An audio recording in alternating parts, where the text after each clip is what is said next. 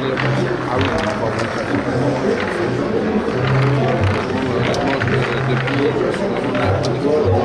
c'est intéressant, il y a beaucoup d'oiseaux là-bas, j'aime les oiseaux, j'aime la nature sauvage, on n'en parle jamais, il y a peut-être quelque chose à faire, il y a peut-être quelque chose à voir, donc j'y suis allé sans réellement savoir sur quoi j'allais tomber lors du premier voyage. C'est pareil sur une photo comme celle-là où on est encore sur un saut, alors là peut-être effectivement sur du plus de face et avec un téléobjectif, mais c'est pareil, tu vois pas le skieur arriver, et il faut quand même faire en sorte qu'il soit net.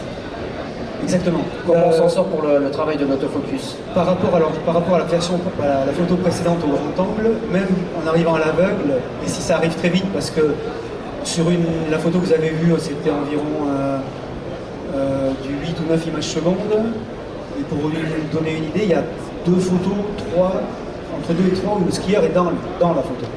Mais on peut quand même encore le suivre, et l'habitude, l'expérience, on arrive à le suivre. De face, il est absolument impossible de deviner ou de se rattraper. C'est pas impossible, mais très difficile. Là-dessus, là aussi, il est à l'aveugle. Donc même astuce que les photos précédentes, sauf que de face, ils n'ont pas tous une trajectoire idéale. Il y en a qui sortent, la porte, là en l'occurrence, est à environ 2 ou 3 mètres à gauche. Ils sortent ou près ou loin en fonction de la porte d'avant. Donc l'idée, c'est de faire une pré-mise au point sur la zone la première zone de visibilité du coureur. Par là, en prenant en compte le moment où l'œil voit le skieur et le doigt de déclenchement, qui représente un peu moins d'un millième de seconde. Eux, pendant ce laps de temps, ils font déjà 400 mètres. Donc une pré-mise au point là, et l'autofocus. Donc c'est là la difficulté, c'est quand on ne les attend pas au centre de la photo, là on passe du backtrap au sniper, c'est-à-dire il faut absolument la pastille, et je travaille là-dessus sur le collimateur 9 points. Et donc il faut constamment être sûr de conserver l'autofocus, le collimateur quelque part par là, sinon vous faites la mise au point sur les arbres, il n'y a plus de photo. Et comme en ski alpin il n'y a qu'une chance, il n'y en a pas deux, il passe qu'une fois, en épreuve de vitesse, on n'a pas le droit de se tromper. Même quand ils sont en plus tout petits dans l'image, comme là ici. Encore plus difficile là-dessus. Encore plus difficile, puisque là, c'est en termes de précision, d'où l'intérêt d'utiliser cet autofocus 9 points qui te permet d'être très concentré sur ta zone de mise au point, oui. Sur une zone très étroite. Absolument, pour éviter justement la possibilité d'un autofocus qui s'écarte, qui part sur un côté, ou un passage, ou même quelque chose qui traverse l'image. Alors il y a aussi l'autofocus groupé qui permet éventuellement d'avoir une assiette de mesure un peu plus large, qui donne un petit peu plus de confort. Ça, c'est aussi quelque chose que tu utilises? Oui, mais pas sur la descente. Sur le super G, le géant, oui, ça peut arriver quand on veut décadrer au dernier moment. Décadrer pour rajouter quelque chose dans le cadre, ou sur une sortie de piste, ou sur une sortie de ligne du coureur.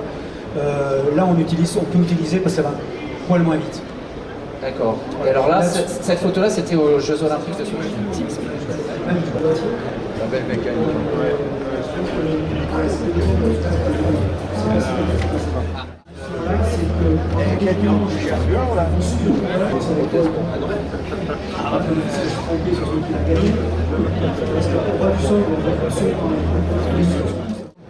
Après, sinon, mon objet vous semble correct? On va dire, bien sûr.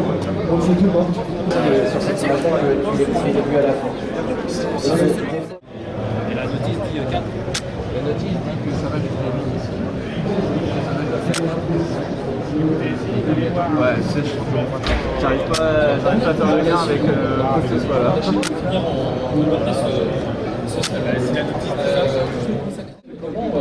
Des erreurs d'exposition parce que il y a peu de boîtiers où vraiment il y a des modes assez simples. On a toujours tendance à faire des plongées, alors que là, on peut faire.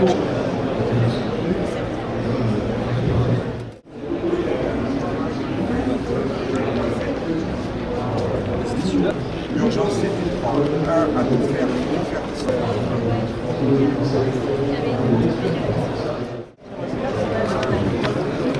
C'est de la HD? C'est là, On a tout vu. tu sais que quand tu vois au milieu.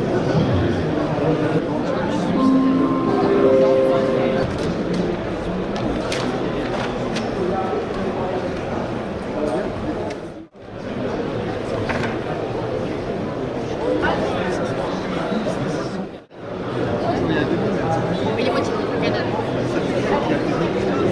Après, la valeur de temps, c'est vous dire que vous pouvez trouver le garçon que vous voulez.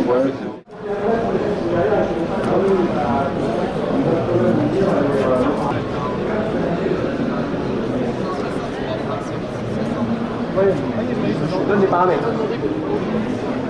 Faire la température ici du tungstène. D'accord? Donc. On fait les démarches.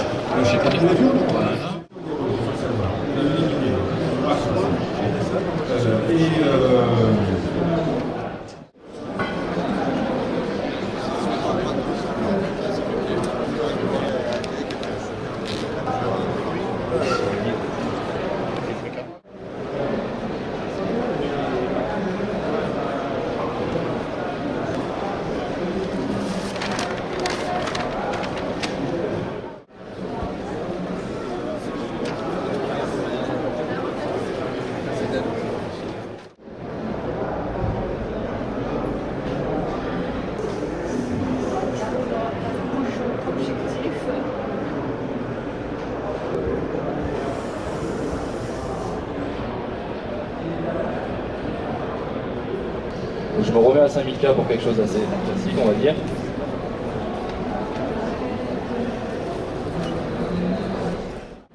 Vous pouvez très bien utiliser votre flash qui est sur le fond pour le retourner vers le modèle. En fait, pour utiliser un compte comme si c'était un contre-jour.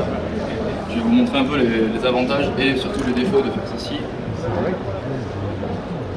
Je vais augmenter un petit peu la puissance exprès pour vous montrer.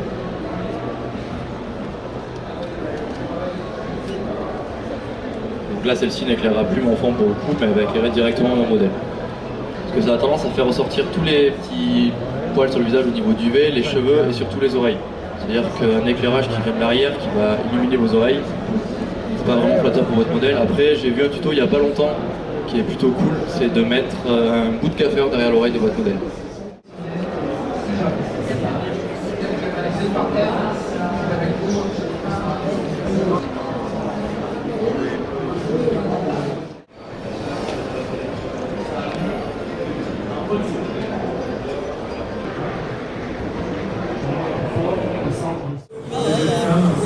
Yann Salmon.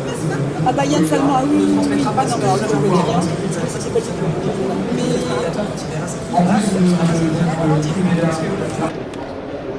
Le chignon, vous voyez, hein.